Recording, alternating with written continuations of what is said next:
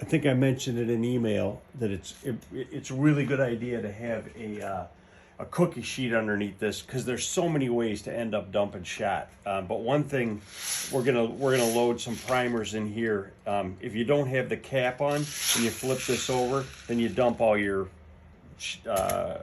shot all over the place, or your powder. So, but you got to flip that out of the way and flip this cover up, and then you can put in a few primers, or you know, you can fit 100 in here pretty easily. But I'm just going to put in a few for now.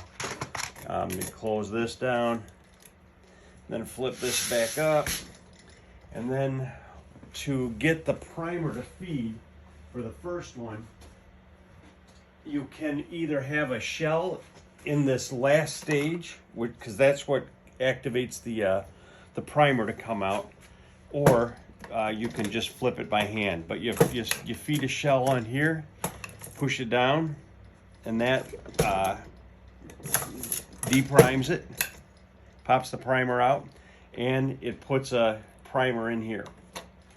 Then you put this in this stage, in the primer stage, push it down, primer seats, seated well, slip it over to here, push this down.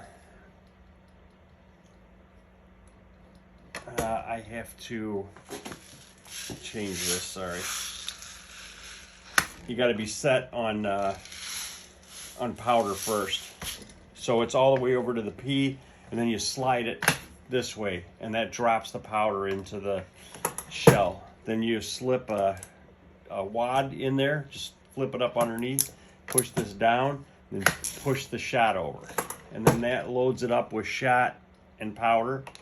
Put it here to the initial crimp, starts the crimp, and then this finishes it. And drops another primer in.